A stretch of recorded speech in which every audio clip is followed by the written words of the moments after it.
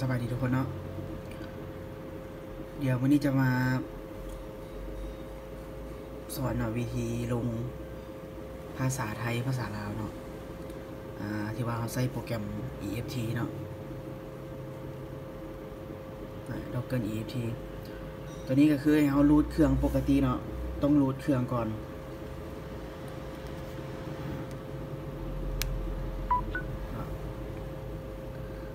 ตัวนี้ก็คือมันจะบ่มีภาษาไทยเนาะตัวนี้จะเป็นเครื่องเกาหลีแล้วลูกค้าอยากได้เมนูภาษาไทยเนาะเดี๋ยวเขาบังกันเห็นบ่มันจะบ่มีภาษาไทยเลยมีภาษาน้อยเดียวเนาะตัวนี้แล้วล้อมมันก็จะมีแต่ล้อมของเกาหลีเนาะตัวนี้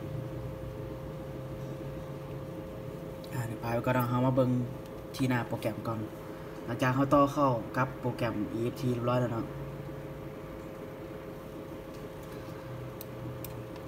ค่าเขารูทเครื่องหน่อยเขารีเฟซก่อนเนาะก็คือให้มันเห็นพอร์ตเนาะคือพอร์ตของเครื่องก่อนเนาะเดี๋ยวรีเฟซใหม่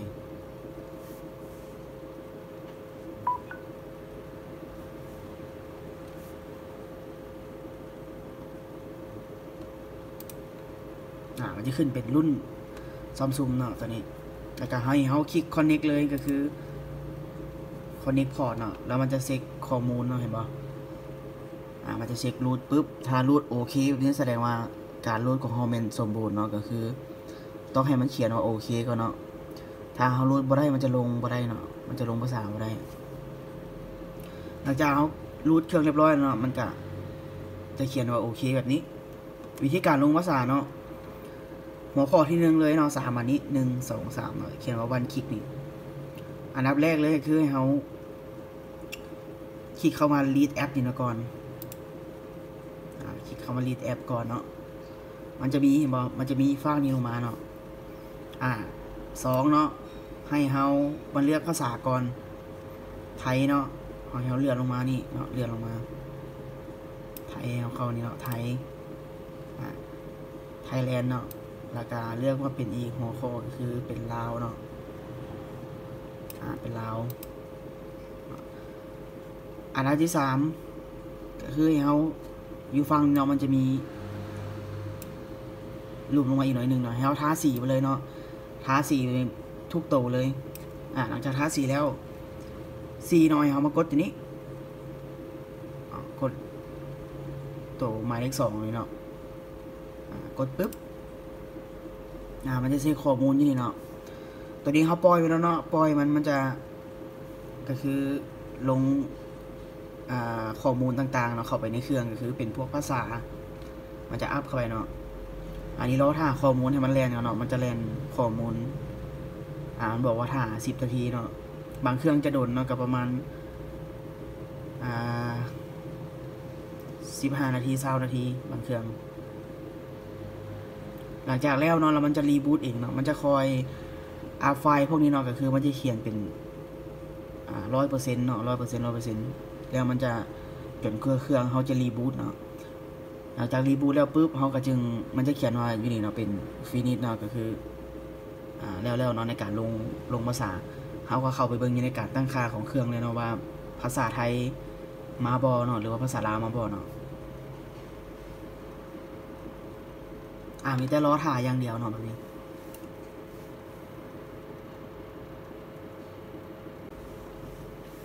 เนาะมันจะรีบูตมันจะบอกว่ารีบูตเครื่องเนาะก็คือ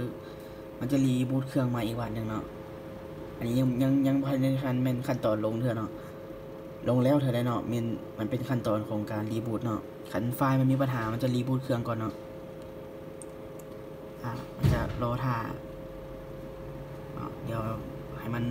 เชื่อมต่อกับโปรแกรมเขาเนาะมันก็จึงจะเฮ็ดเรียกต่อเนาะ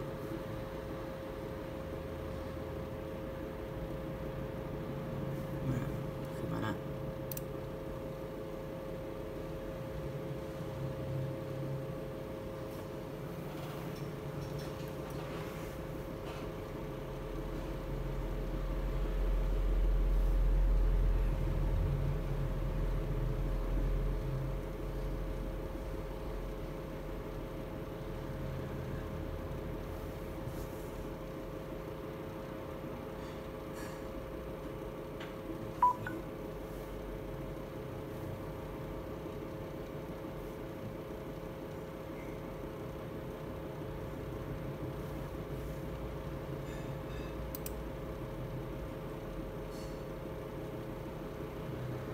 เนาะหลังจากมันเจอโปรแกรมเนาะคำมันบ่เจออยู่นี่เนาะ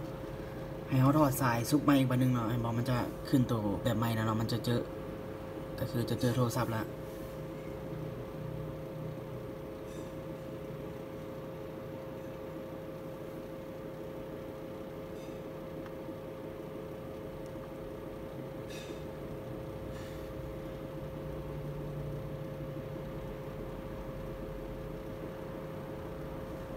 เนาะมันอินสตอลแล้ว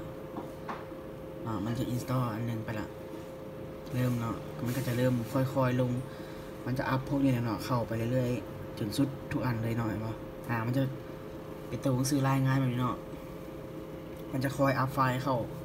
อันนี้เขาจะไปสนใจมันเนาะอย่าปล่อยมันไปเรื่อยๆเลยเนาะ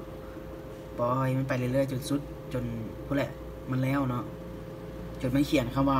ฟินิชอยู่นี่เนาะก็คือมันอยู่นี่มันจะบ่มีข้อมูลแลนละมันจะเขียนว่าฟินิชอยู่นี่แล้วก็เครื่องรีบูตเนาะเขาก็จึงเข้าไปเบิ่งภาษาอยู่ในการตั้งค่าของเครื่องเนาะมีจะท่าไปเรื่อยๆหน่อยมันจะโอเคไปที่ตลอดมันจะคอยอัพลงเนาะมีแต่เขาปล่อยไปเรื่อยๆเนาะมีแต่ปาไว้กับประมาณ15 นาทีก็แล้วเนาะ15 นาที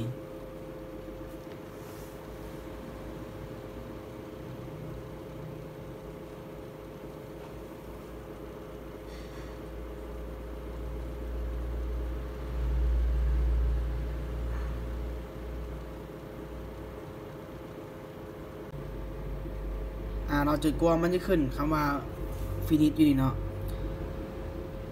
หลังจากฟินิชแล้วปุ๊บเขากะเครื่องมันจะรีบูตเนาะแล้วก็ขึ้นมาให้เขาเข้ามาเบิ่งก่อนเนาะว่าภาษามาแล้วบ่เนาะให้เขาเข้ามาเบิ่งการตั้งค่าปกติแหละเนาะภาษาแล้วก็เลือกอังกฤษเนาะแล้วก็แอด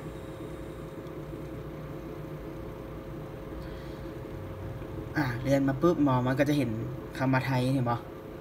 มันจะเพิ่มมาให้ละปุ๊บเราก็คลิกกลับไปไทยเขาก็อีดิทแล้วก็เลือกภาษาอังกฤษออกก่อนเนาะจากนั้นก็จะเป็นเมนูภาษาไทยเลยตอนนี้เขาลงภาษากันเป็นแล้วเนาะวิธีการลงภาษาให้มันเป็นเมนูภาษาไทยเนาะนี่เอาแนวทางนี้ไปใช้เนาะสำหรับคนที่มีEFT เนาะลองเกิน EFT